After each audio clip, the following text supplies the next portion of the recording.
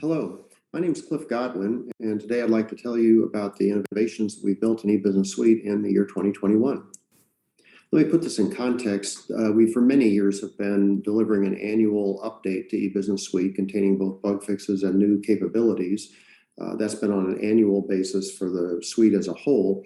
In addition to that, about every 6 months, from beginning in late 2018, we have introduced a new set of capabilities with enterprise command centers. And we've now come out with our 7th update to that alongside the 12.2.11 release. So today I'm going to talk about both the March update and the November update that we did in eBusiness Suite command centers, ECC command centers, as well as the 12.2.11 capabilities that are in the core eBusiness Suite. The emphasis I'm going to do is on the things that we've delivered most recently, because we did a video earlier in the year to explain what came out in that March 2021 Enterprise Command Centers update. So just to put this in context, we also in 2021 updated the support commitment we've made around eBusiness Suite. So the current commitment is to provide premier support through the year 2032. The way you should really think about that, though, is essentially it's a rolling 10-year commitment of a 10-year plus commitment of premier support. So we're going to keep updating that date to make sure that there's always a 10-year lead time, so that if we ever did decide to end premier support, you'd have at least 10 years notice of that. There's no actual intent to do that anytime soon, but so 2032 is not really a hard planning date. It's just to understand that's the current commitment we've made on this basis. So as always, we categorize what we've done in eBusiness Suite into 3 general groupings. One is the user experience, the second is the features and functions, and the third is the operational capabilities, high availability, ability to run our infrastructure, and so forth. So we'll cover each of those kind of in turn. So let's start with the modern user experience. And here, the most exciting development we've had really in recent years in eBusiness Suite has been enterprise command centers. I think most of you have probably been introduced to that, but just to level set, the idea is that we're replacing the home page in the transactional applications with what look like BI dashboards. So you get key indicators and charts and graphs. You get a set of transactions that are important potentially to work on. And as you interact with this, and you click on different indicators and different charts and use filter criteria in the left side navigation, you can zero in on the transactions that are really appropriate and important for you as a user to take action on.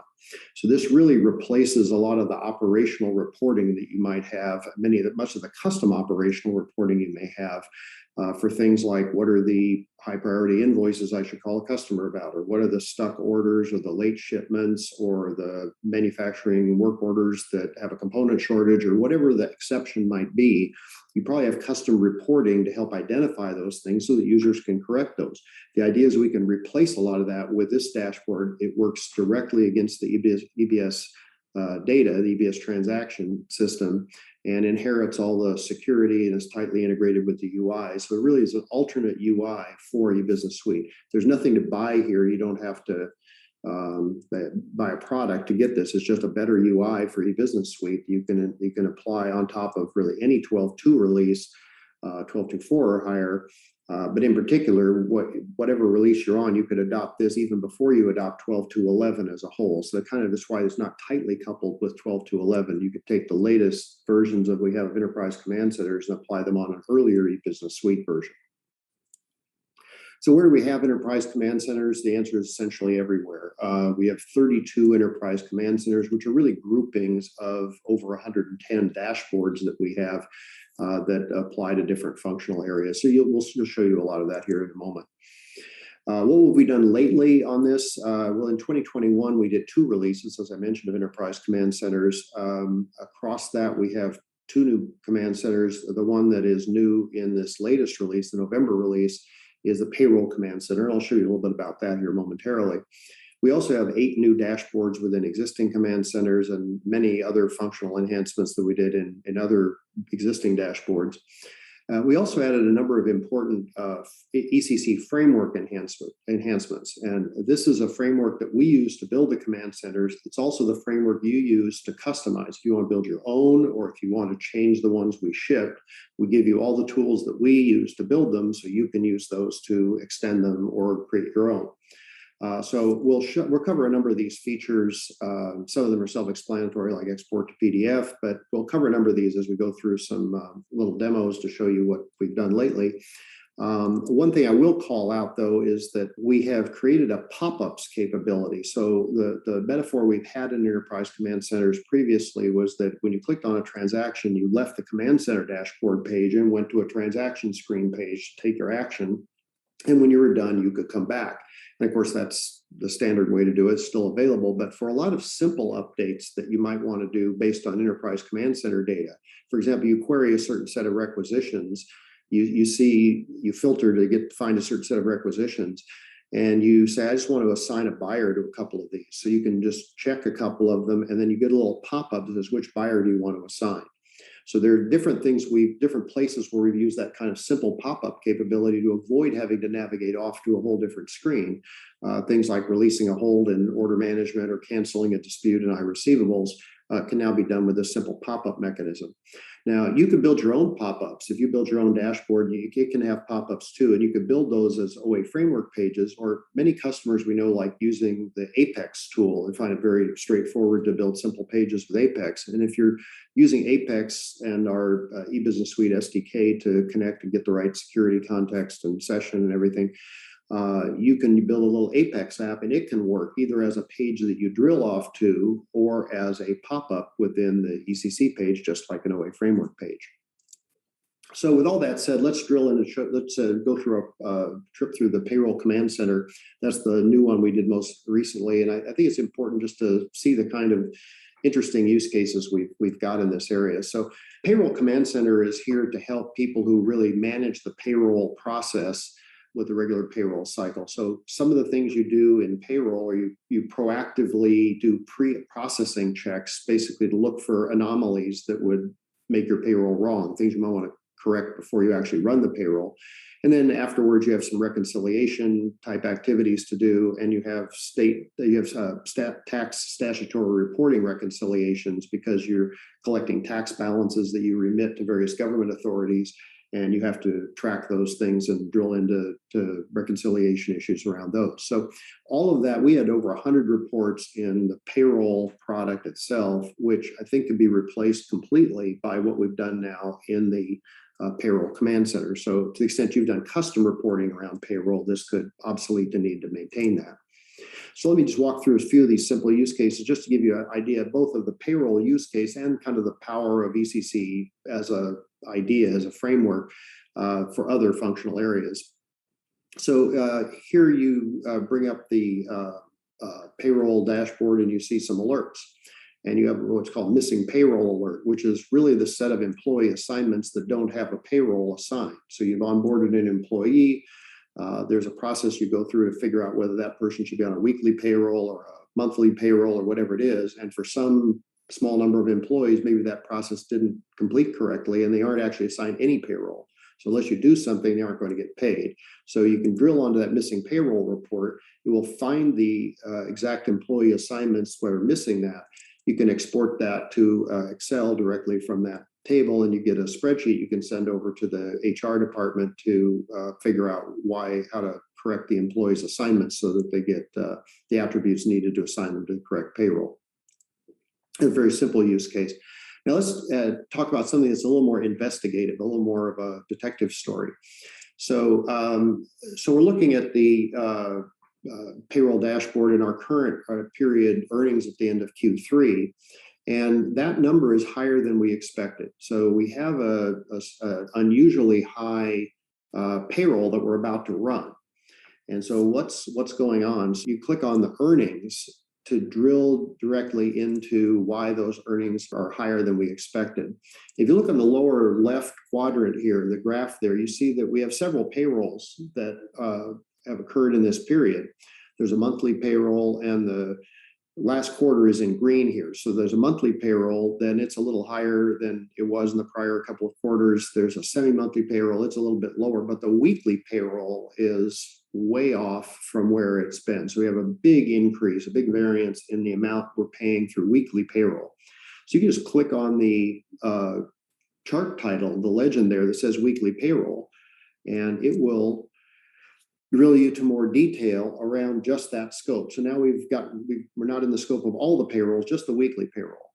And within that, if you look at the pie chart on the top right, you can see that that over 18% of that payroll went to overtime. Well, it looks like overtime might be our problem. So let's click on that overtime to get more detail about what's going on there. So if we look at overtime, sure enough, the amount of that weekly payroll that's in overtime, if you look at how that compared to Q1 and Q2, all of that variance occurred in Q3. So that really is the thing that changed between Q1 and Q2. And then what's interesting now, a new feature of ECC to highlight is that when you hover over one of these bar charts, you actually get it automatically, you get a drill down that pops up for you. So that's sort of a look ahead feature where you can say, okay, what's behind that number? So in this case, you're just hovering over that Q3 number and you can look ahead and you say within the months of Q3, July and August are normal, but most of all the variance essentially is coming from September. So something happened in September. So let's go ahead and drill in Q3 and get a little more detail there. So sure enough, we drill into Q3, that graph about September shows up in the bottom left. But what's interesting now to get to the bottom of what's behind the individual situations that make that number up is we see that if you look at the bottom right chart, there's a couple of supervisors who basically are responsible for all of this overtime overage. So this particular top person there, that supervisor, we click on that person and we can bring up all of the payroll records that were for overtime for that person in that quarter.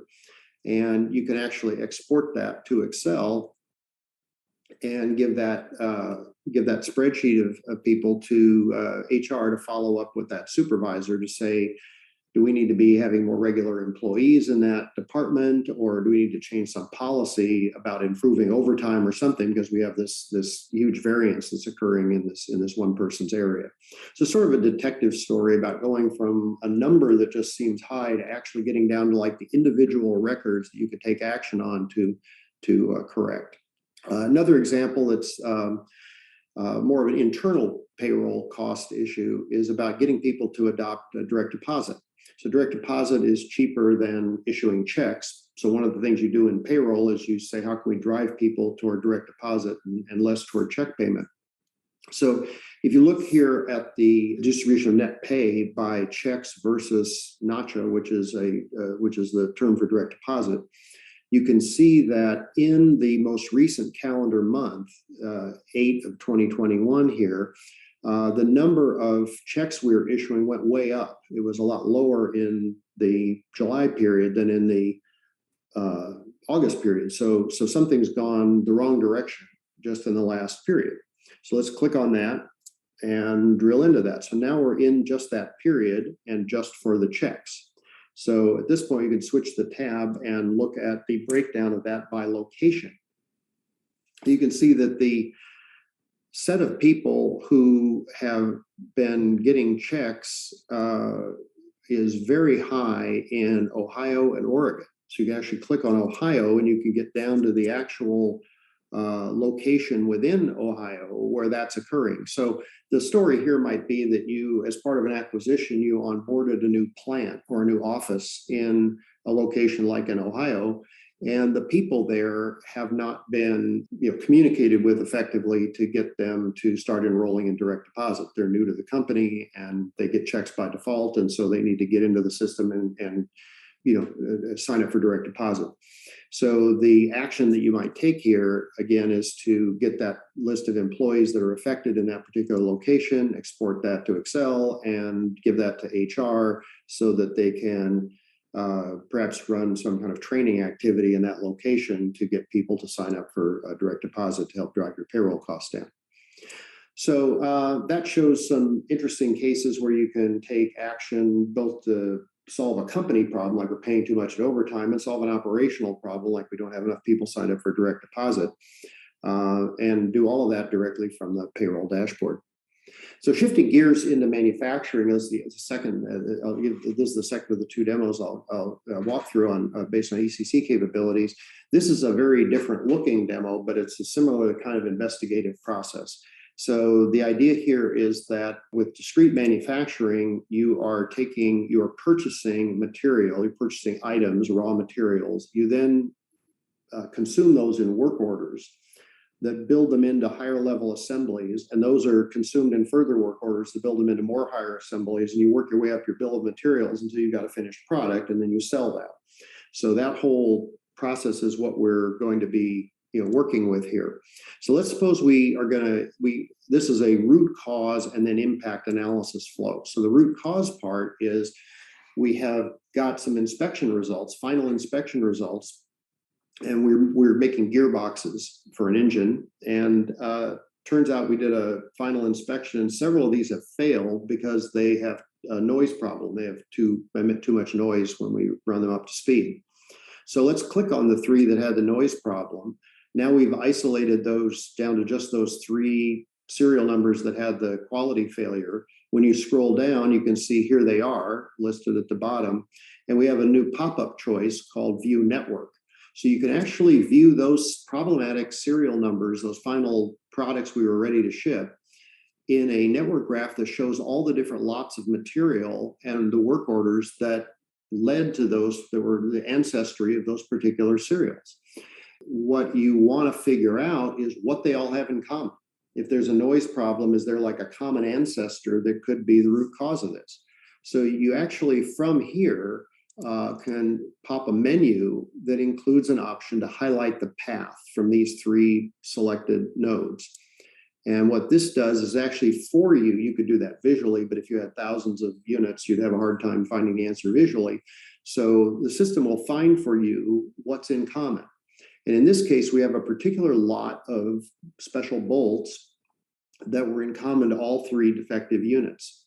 So from here, now that I kind of am interested in that lot, let me explore for details of that lot. I can drill down and I look through here and see that of the attributes of that lot, one of them is grade code. The fourth from the bottom there is grade code medium precision. And we would normally use high precision bolts in this particular gearbox. So it's looked like we've got some lower precision parts going in, and that could be, I'm concerned enough about that, that could be the source of the quality problem. So I really don't want to ship any more of these gearboxes that were made with this medium precision bolt until I do further testing, and maybe I even need to do a recall. So, but at this point, what I know is I really don't want to ship any more of these because these are correlated with a noise problem. So what I can do now, and this is a new feature as of the very latest, the November release of ECC, and we added this in the framework in this diagram capability, is we make this, well, actually we could do this in V6, the earlier version in March. We make this the anchor node. I'll show you a new feature later on. You make this the anchor node. And from here, you can look forward to see where all this lot of material was consumed. So these are all of the serial numbers that were made involving bolts from that lot.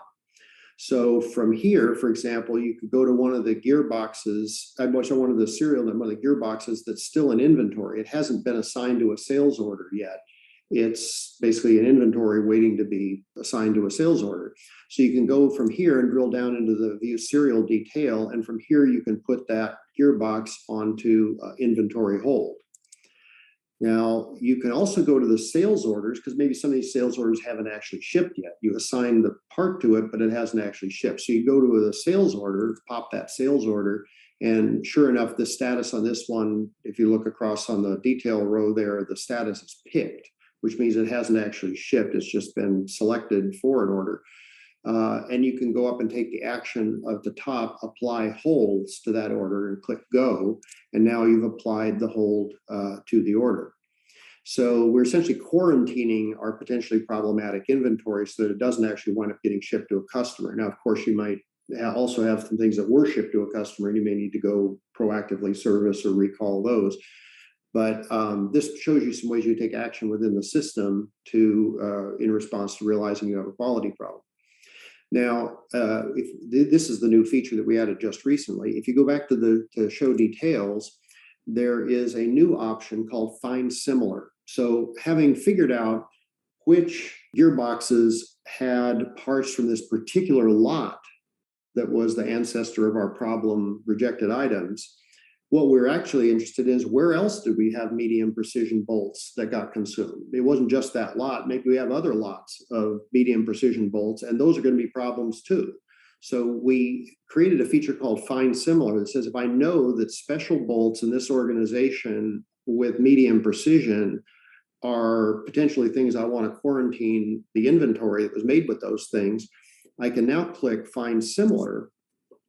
And what that will do is create multiple network diagrams. So the network diagram we had been looking at is number 2 down below.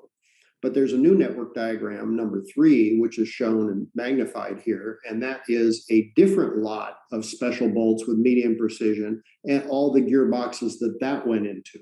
So you could visit all these different network diagrams and go through the process we showed before, where you could quarantine the inventory that hasn't been assigned to a sales order, put on hold the sales orders that haven't been shipped, do other recall actions that were appropriate.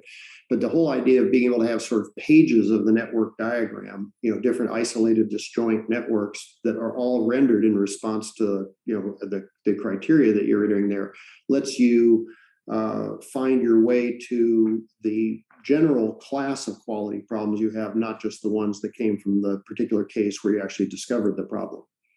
So that's all new just in the last release that we came out with. So those are some extremely powerful features, and we're doing a lot more going forward with that network diagram capability. So let me shift gears a little bit. So one last UI thing I wanted to explain, much simpler than the prior discussion, is just an update to our look and feel. As of 12.2.7, we gave you the choice to select various themes. And in 12.2.11, we introduced a new theme, which is the Redwood theme, which is our sort of corporate branding, the look that's the background of this presentation. You see it on our corporate website and other kind of Oracle branded things. You also see it in our SaaS application. So to the extent you have a heterogeneous environment where you have coexistence between EBS and some of our SaaS applications, you'll see them moving to this theme also. So just a way to kind of maintain UI consistency in your Oracle environment, including EBS going forward. So shifting gears now to functionality, and there's a couple of categories here. There's some things we've done which represent very deep investments for some specific industries, and then there are other things that are very broadly applicable. So let me cover a couple of these really deep cases first. And even if these are not, even if you're not in one of these industries and these features aren't directly applicable to you, the larger message I want you to take from this discussion is that the class of problem we're solving and the class of customer that we're solving it for. So a lot of the investment we make in EBS is to make the very most complex organizations in the world successful with these products. And so even if you don't have every requirement that we are going to discuss here, just realizing that you're, the type of investment we're making and the sophistication, the opportunities you look for, because maybe you haven't adopted one of these business processes, but just realizing we have the feature, maybe you want to take advantage of it to do something that somebody else is doing that you haven't been doing. So the first case is a case that really is specific to the U.S. federal government. There are over 70 U.S. federal government agencies that run their financials and their procurement on EBS. So we have a big estate within the United States government. And one of the requirements that's come up is the U.S. Treasury Department has said that when one organization or one agency performs work for another agency, so there's going to be a servicing agency that performs the work, essentially does the project, if you will, and another agency that's buying it or requesting it, they want a standard registration of what that agreement is and what the progress on that agreement is, so that from a budget perspective, the amount that the buying agency is paying and the amount the selling agency is receiving for that work is matched up and is consistent with terms and conditions that are centrally registered. So that is going to improve auditability and give a whole bunch of other great benefits to the federal government overall. What we have built in EBS is the solution that interacts with this central registration, terms and conditions registration system, and the business flows that are required to meet all the regulatory requirements here. So an enormous investment, something that's absolutely fundamental to how the U.S. government wants to do business going forward. We are going to be very happy to see all those government agencies uptake this and go live on it really within the next year. Now, there's a sort of analogous thing on the private sector side where you have complex work being done as projects by typically like engineering construction companies or engineering construction subcontractors, and either end users or sort of the large engineering construction companies that are buying from the subcontractors, where there's essentially the same kind of thing. You have a project contract that reflects the tracking the work from the point of view of the entity doing the work, and then you have the procurement of that work from the agency for the entity that's going to consume it. And so in that context, what we've added better support for shared service operation. So just to kind of go through that, what we call global procurement enables a shared servicing operating unit to purchase on behalf of many operating units that are raising requisitions. So if you think about the European Union, maybe I have projects in 7 different countries in the European Union, but I have one sort of payment center in, let's say, Ireland that's going to do the buying on behalf of all of those projects. So I'm going to buy, electrical contracting or plumbing supplies or wherever it might be from a vendor who operates in all these countries, but I'm going to pay them once in Ireland on a single bill. So that capability, that has been there all along in Release 12 for what we call standard purchase orders, meaning just purchase orders of regular goods. So if you just had office supplies you were buying on behalf of all these different countries and paying the bill to an office supplies vendor one time in Ireland, you could do that already in Release 12. What we've added now in 12.2.11 is the ability to do that for these sort of project-oriented complex orders, either standard purchase orders for goods that actually track a reference to a project, or we call complex purchase orders, which are for goods and services with what we call pay items. Pay items might be milestones or completion milestones of different types. Completion events of different types that you are the triggers that you have to pay. That's sort of the mirror of what you have on the project side in earned value management with a schedule of values. Essentially, make a list of like what are the progress points where I'm going to bill, and then the procurement is modeling the same things. What are the points at which I'm going to pay? So if I'm going to buy like glass for an office building, I might have pay items that are 10% to start, and a certain amount when the 3 floors are completed, and another amount when another 3 floors are completed. Whatever the milestones are that you're going to bill for, those would be reflected as pay items where the general contractor for the billing is procuring that from the glass supplier. They would model those intermediate milestone payments as pay items on their purchase order. So that's how you buy a project. And so what we had is from our very largest, most complex engineering construction companies who operate globally, they wanted to do those kind of complex purchase orders and pay from a central shared service center for projects that they're doing all over the world. And so we now support that in 12.2.11. Finally, on the project side, we have improvement for budgetary control and funds checking. And so this largely applies to public sector, but there are some large projects companies, engineering construction type companies that use this discipline as well. So the idea here is that you have a project budget, and then the available funds that you can still spend on that project are that project budget minus the commitments you've made and the actuals that you've expended. And so when you do funds check to see if it's okay to essentially further encumber a project with an additional commitment, it takes all of that into account and sees if you still have enough funds left.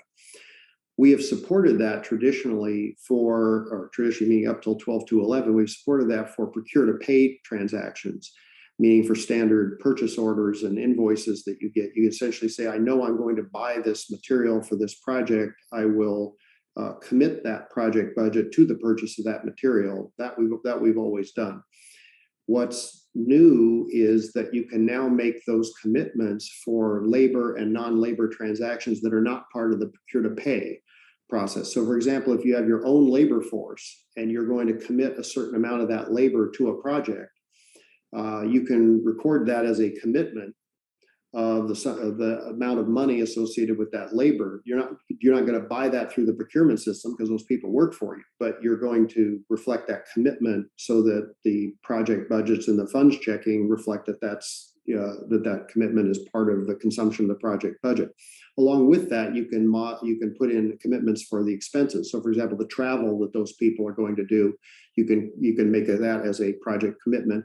And also what we call non-labor resource usage, which means like if you're going to use certain equipment or other resources that you built the project for that are your own resources, you're not procuring those, but they're your own resources. It could be, IT resources. It could be the use of a machine, whatever it might be. If you're you can make commitments for that kind of expenditure also. So that's all new in 12.2.11 to, again, support more complex situations where you have budgetary control across a combination of things you buy through procurement and the labor and non-labor transactions that you don't buy through procurement. So those are some things that typically affect the public sector and project-oriented industries. Let's talk about some things that affect kind of everybody, or lots and lots of companies that have basically built a product and sell it. So one that was one of the most popular things that enhancements we've had is to improve the handling of internal sales orders. Basically, an internal sales order between two organizations within a company or within an enterprise, people always wish that they did all the same things that external sales orders did. So we've had some gaps and we're working on filling those. So for example, the thing that we've done in 12.2.11 is the basic return flow. So if you look at the left, the standard flow of transactions is that the organization that wants to buy something issues an internal requisition, and the organization that's going to supply it captures that as an internal sales order. They then ship the goods back over to organization A, and organization A receives them. So that's like the normal intercompany flow that we have supported. What we now support in 12.2.11 is a return flow, where if organization A isn't satisfied with those goods or doesn't need them after all, whatever it might be, they issue a return order. That goes back over into organization B and becomes an RMA, basically a return authorization. Then organization A returns the goods, and organization B is going to receive the return, receives them. So all of the handling of the physical registration of what's happening and the accounting is all now handled for that reverse flow. And I would also just say this is the first of a number of steps we're going to take in this area. There are other versions of these flows where various things happen when it's in transit and other more complex cases. And we're going to be continuing to work that because that's something that a lot of people have asked us to do. Shifting gears to order management and billing. We have had a whole thread in order management through release 12 of having better support for increasingly complex billing methods. So we've introduced milestone billing and usage-based billing in order management in earlier releases. What we did in 12.2.11 was to help you kind of administer those setups better. Things like you set up a set of milestones for payment, but suppose you want to insert a new milestone or resequence the milestones. Or in usage-based billing, if you're going to have multiple billing plans, you can, rather than having to create each one from scratch, you can copy an existing one and edit it. So just things that are just make the whole setup here more administrable. Now, that's what we did in order management. Now, this is part of a broader theme around usage-based billing. And just drilling now here into usage-based billing specifically, we've added that support in order management that I discussed. We've added that support previously in service contracts where you had support for things like group plans with usage limits and rollovers. I'm going to have I'm going to service your fleet of copiers, and you're going to be billed by the aggregate number of copies that you have up to a certain limit. If you go beyond that, the rate changes, that kind of thing. We also have a case where you have a similar flow for usage billing in our vendor financing product, Oracle Lease and Finance Management, where if you finance your customers' purchases of large equipment, typically if you think heavy machinery type equipment, often you want to bill for that on a usage basis. I'll bill you by the number of hours that it runs or whatever it is. Now what you can do is support leases where there is a kind of a combination trigger. You'd say, I'm going to lease you a piece of equipment, let's say a tractor, for 5 years or 5,000 hours, whichever comes first. Think of the way you would lease a car, it's sort of that kind of approach. So we basically support leasing with these kind of complex multi-factor metrics. And that's to support, again, sophisticated use cases that want to price this way. So in inventory, this is, again, pretty broadly applicable. We early on in Release 12, we introduced this material classification use, which is you can have sort of an arbitrary attribute you can have on inventory items that you make up what that is. So, for example, you might create a country of origin classification or a type of packaging classification. And some reasons you would do that would be country of origin. You want to like identify which it's the same item. So there's it's your same product. There's one inventory item, but sometimes it's made in one country or it's made in another country. There might be buyers who only want it made by one country or made in another country. You may have the same product, but you put it in different packaging. You might put it in seasonal packaging around a holiday, or in some cases, you are actually applying the price tags and labels that are appropriate for a particular retailer that you're going to sell your product to. And so you can capture all of those attributes using the material classification system. So earlier in 12.2.6, we did that. We supported that for outbound use cases where you could basically print that classification code on a barcode so that when you're going to pick the items to ship to a particular customer, you can make sure you're picking the ones that were intended for that customer specifically, or particularly for that, who had that country of origin requirement, for example. The last release, 12.2.10, we supported capturing that for inbound. So if you have those kind of labels coming in that reflect where the country of origin was, you can actually track that and handle that material based on the material classification as it comes in. What we've done in 12.2.11 is enhance our warehouse management rules engine so that you can do put away and pick operations based on this classification. So for example, you could have particular storage locators where you want to put all the holiday type inventory that's packaged for the holidays, just that when you do your packaging of your assortments that you're going to send out to support a particular holiday sales cycle, they're all kind of located in one place in the warehouse to make the picking efficient. Another case you might have for picking would be to allocate material to orders or allocate these items to orders based on the classification code. So if you're going to sell a product to somebody who needs the product to have, made in a particular country as the attribute, then you can pick the right item that's made in that country for that particular, assign that particular order. So a lot of flexibility around this. We have a lot of different use cases from customers, very, very popular idea. In process manufacturing, I give you a sense of like some of the investments we've been making there. This process industries, and they're listed, some of them are listed here, are often industries with very strong quality control requirements of various types. So obviously things like pharmaceuticals, chemicals, metals, food. These are things where you're going to be testing for impurities. You're going to be testing for characteristics like color and viscosity and strength and other things that are essential to the product being appropriate for its purpose. So testing your process manufacturing process and sampling is really fundamental to people who are in these businesses. So in 12.2.7, we introduced automated time-based sampling, so you can basically sample on a schedule. What we've introduced in 12.2.11 is what we call distributed sampling. So if you think about the different aspects of what it means to define quality for a process manufactured item, let's use a metals example. There might be certain physical characteristics like how strong is it? How strong is the metal I'm producing? Suppose we're producing steel beams or wings for an airplane or something like that. There might be physical characteristics of strength that you want to actually test and make sure that it's appropriate. There may be chemical properties, like what % of impurities do you find in the sample as a chemical assay?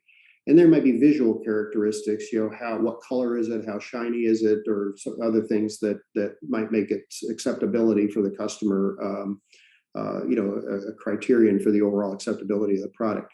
So what we allow you to do is to subset the properties that you're going to test for into what we call units, like physical, chemical, visual. And then those together make an aggregate specification. So you then send the samples off to different labs. And maybe these are labs within your own enterprise, and maybe you send this out to other facilities to do some of this testing. But then you get the results back from these different labs, and you aggregate that sample back, that's quality results back together, and then have an aggregate sample result, which you can then use to determine whether the sample passes or not. So we all the flows associated with that we now support, and again, driven on this by like food and pharmaceuticals and metals, other people who have for whom this is kind of a fundamental process. They do a lot of this work manually today, kind of offline from the system. So hopefully bringing this within our system. In enterprise asset management, we've done a lot of work over the life of Release 12 on how you assign technicians to work orders in the maintenance work orders.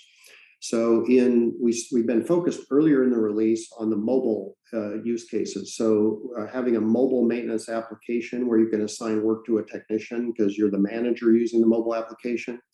We also have technician-facing application where you could self-assign work and create your own work order. For example, I was sent out to fix one thing, but I noticed another thing was broken while I was there. So I sort of self-assigned myself the maintenance work order of fixing the second problem I discovered while I was working on the first. Or I'm finished with a task and I can assign myself the next thing that's in the department's queue. So that all is supported in the mobile app. Now, we've then focused for the last couple of releases on sort of the HTML-based, they've got a full screen-based mass assignment of work. Basically, you're the supervisor and you're assigning work in chunks to various technicians and kind of planning their schedules and so forth.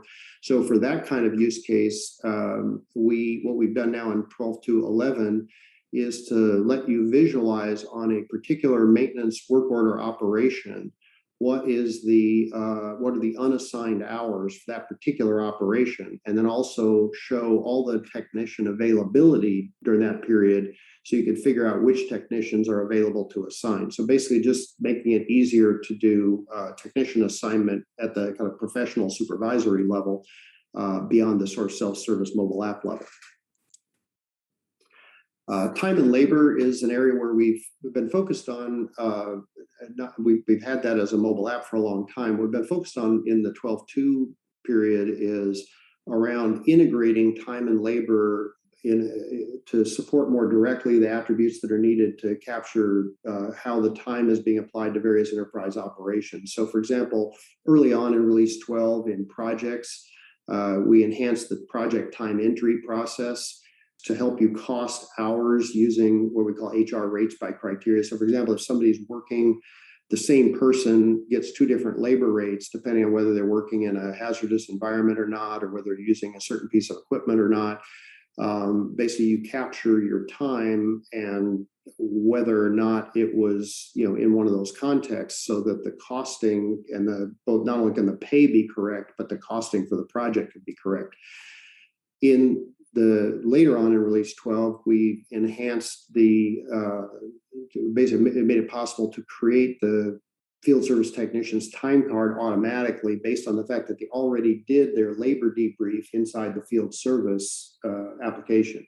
And so you take the debrief, we derive a time card for that to save the person from having to create one. What we've added more recently, just recently here in the 12.2.11 release, is the ability to create a time card for manufacturing work order operations. And this is, you basically record that a certain number of hours on step 10 in this work order. And the benefit of that is largely that that's what the people who do maintenance work orders already do.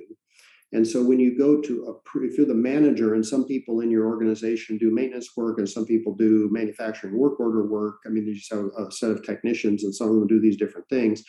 When you're going through the time card approval process, to evaluate how people have spent their time, you have a consistent way to do it. Everything is in the time and labor system, and it basically gives you a consistent view of manufacturing and maintenance time entry.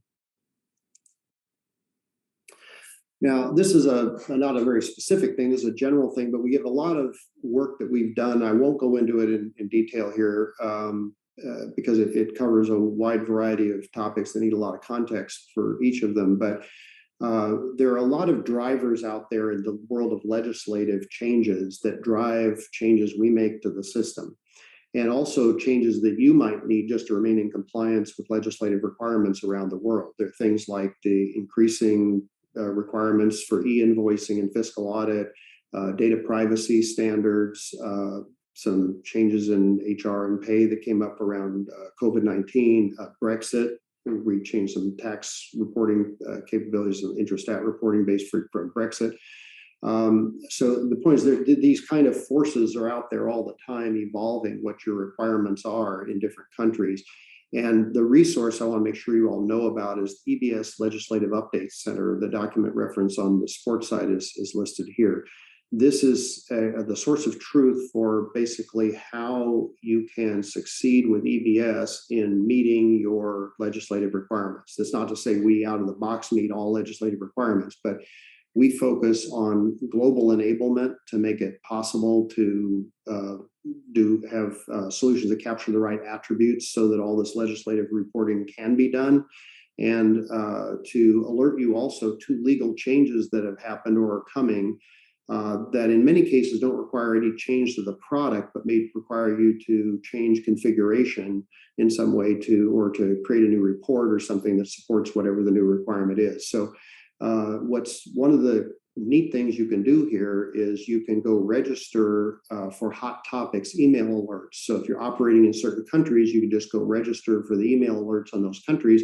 And whenever we have something new to alert you to around a legislative requirement or new product capability, we'll notify you proactively of that, draw your attention to it. So that's kind of the functionality discussion. The last piece of this that, again, we get a lot of requests for, and I won't go through every one of these in detail, but we have built a lot of new APIs in the product. Now, of course, we've had for a long time transactional APIs that get business documents like purchase orders or sales orders out of the system.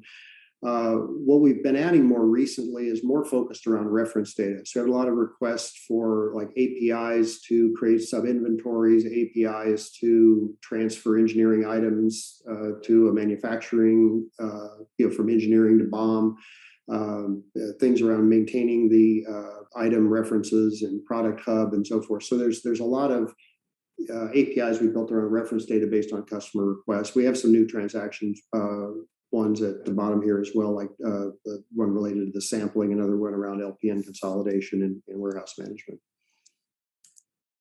So that's kind of the functional part of APIs, where we've added some.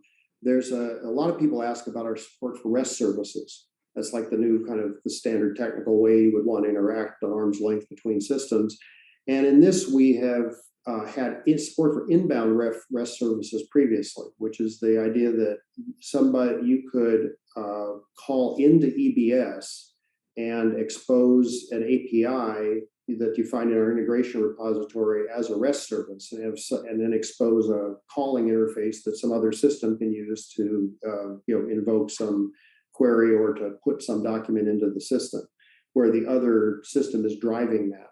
What we've added recently, here in 12.2.11, is an outbound REST service invocation capability where you use it where the business event occurs. We use our business event system to flag the fact that to raise a business event.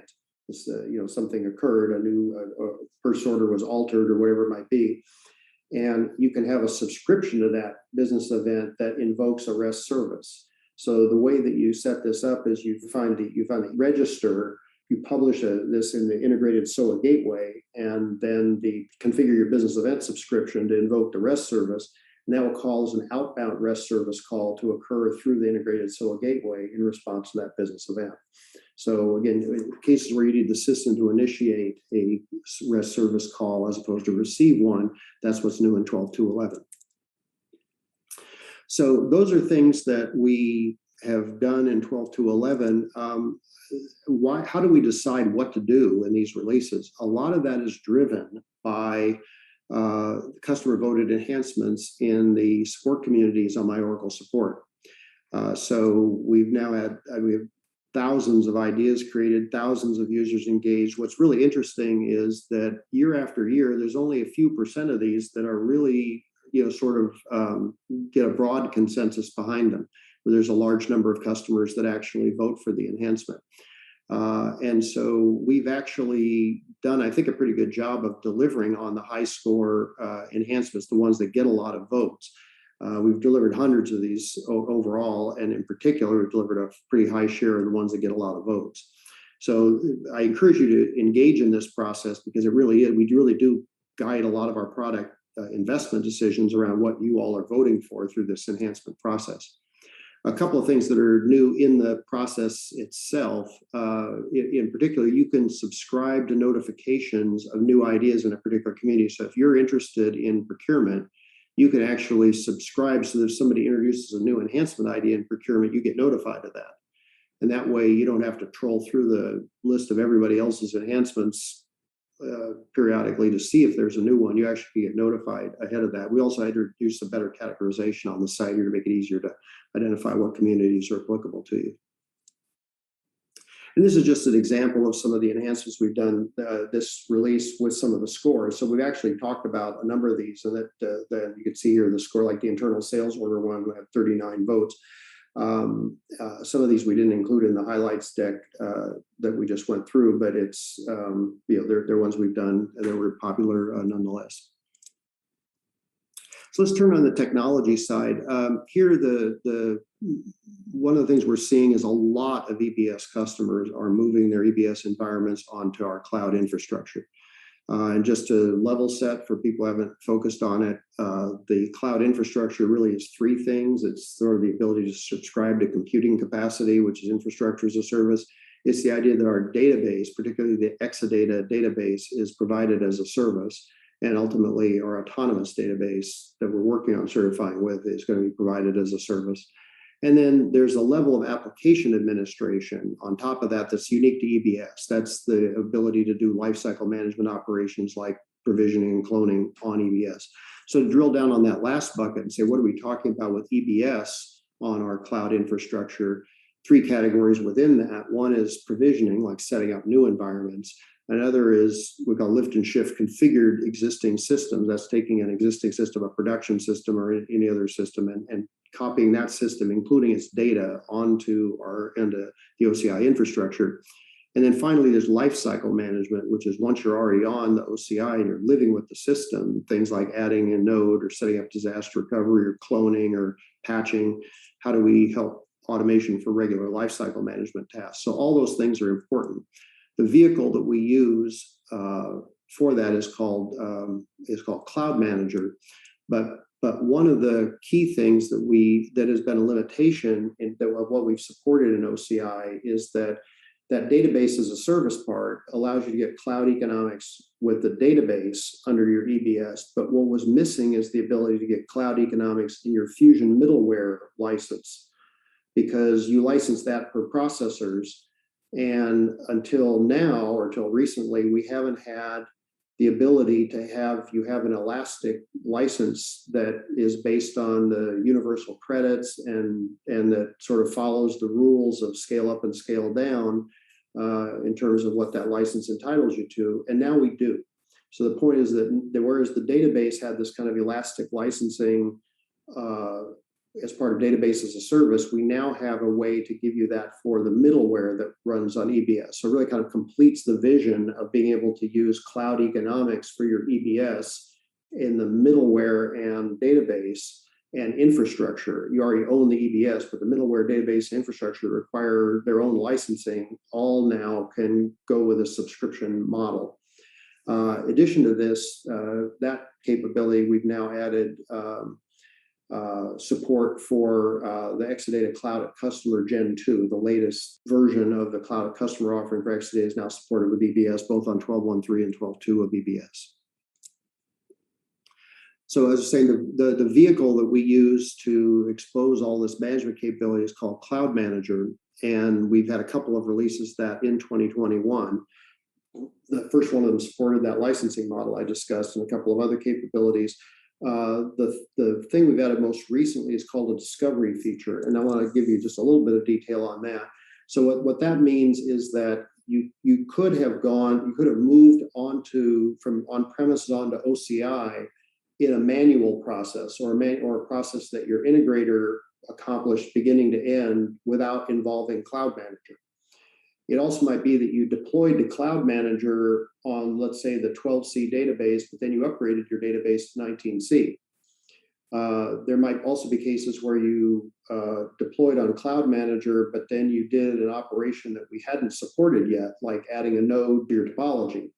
So a lot of things you might have done kind of out from under the Cloud Manager framework. And what we now support is what we call a discovery feature. So we basically can uptake updates to the data about what your system has into Cloud Manager, even if that wasn't created by Cloud Manager in the first place. Even if you didn't use Cloud Manager to accomplish that database upgrade or add that node or even get onto OCI in the first place, we can now go discover that. And for going forward, you can use Cloud Manager for those capabilities. So we're trying to get people to be able to onboard onto Cloud Manager and take the benefit of that investment, even if they didn't start there. So that's really the most exciting thing in this area, really, in 2021. Last topic is really around what we call modern database architecture. And here the idea is that eBusiness Suite has been around a long time. We've been aggressive at using underlying database features. We always have. And sometimes when database features are introduced, there are things we have to do to adopt them that turn out not to be the way that, is the best way to do them for the long term. So you have some kind of legacy choices that are still sitting around. So we've made a big effort in the last year here to move the interaction that we have with the database to public APIs, to adhere to the standards that they generally want to support. We've moved things like, moved away from concepts like interacting directly with the database tiers file system. We've moved away. We've created a new EBS system schema architecture so that, because early on, the only way we could set up some PL SQL constructs that we needed was to put them in the database system schema. We've now moved them out of that and into an EBS schema. So now we moved all the EBS objects out of the places where the database doesn't expect to see EBS objects, just again, to create more of an arm's length, more of a standards-based way of interacting across standard APIs with the database. Why do you care? First off, we've done a lot of work to make sure that the privileges that we have are as limited and precisely engineered as possible to just create better separation of duties and security. Again, keeping EBS objects out of the database system and not having to have privileges that would be required if we had it the old way, things like that. It also allows us more easily to do things like have a straightforward implementation of Database Vault, where your database, there's restrictions on essentially what your DBAs can be privileged to see and do in the system. We have a certification with unified auditing. Going forward, it will make us easier for us to certify with new database releases, to adopt new database features, because our usage of the database will be more standard and more what the underlying database team is expecting from applications. These things are essentially all required as part of the work to get onto Autonomous Database. We're not there yet, but we will be certifying with Autonomous Database. And so this is all sort of critical path to getting to Autonomous Database, but it benefits you even if you're running on-premise and intend to keep running on-premise, or if you're on OCI and don't intend to go to Autonomous Database, just continue to use Exadata Cloud Service or the BMDB deployment. All of these things will continue to be benefits to you. So as you adopt the 12.2.11 level of our code, you're going to see these kind of cleanup and migration activities as part of your process of moving on to that release level. So to wrap up, we've done a lot of really cool things in user experience, functional innovation, operational experience, or operational efficiency. This is here just for reference to kind of put the things we talked about back into categories. You can always keep up with us on our website, oracle.com/EBS, for announcements. If you want more details about any of the features we talked about, you can get them, and a lot of the things we didn't talk about. I actually talked about a small fraction of the things that we did. You can go to our release content documents, and you follow the links here in the presentation for that. This presentation is being delivered on our Oracle eBusiness Suite Learning subscription. You may have gotten to it through a direct link, but it's part of that. And there are a lot of other videos that we have that are sort of at the same level, explaining our product direction and what our new capabilities are. Separately, we have we call our EBS Learning Center, which is for transfer of information. So if you want to learn the steps involved in implementing some of the features we talked about, you go to find the TOI documents, the transfer of information documents that we have, and they tell you in detail what the feature does and how you actually, what profiles and other settings you do to configure it. So for that level of detail, you can go to this EBS-Learn site. So with that, let me thank you very much.